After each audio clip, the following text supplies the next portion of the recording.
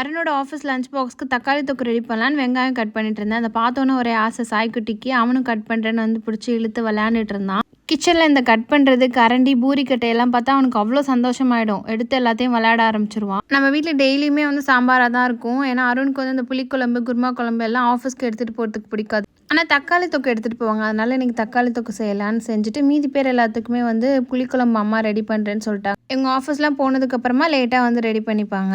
காலையில் breakfast lunch ரெண்டுமே office எடுத்துகிட்டு போய் தான் சாப்பிடுவாங்க. காலையில் தோசை மாவு இருந்ததுனால சட்னிக்கு மட்டும் உளுந்து சட்னி தான் ரெடி பண்ணிகிட்டு இருந்தேன். எனக்கும் அருணுக்கும் தக்காளி தொக்குக்கு ஒன்று உருளைக்கிழங்கு இருக்கணும், இல்லைன்னா வத்தல் அப்பளம் இருக்கணும்.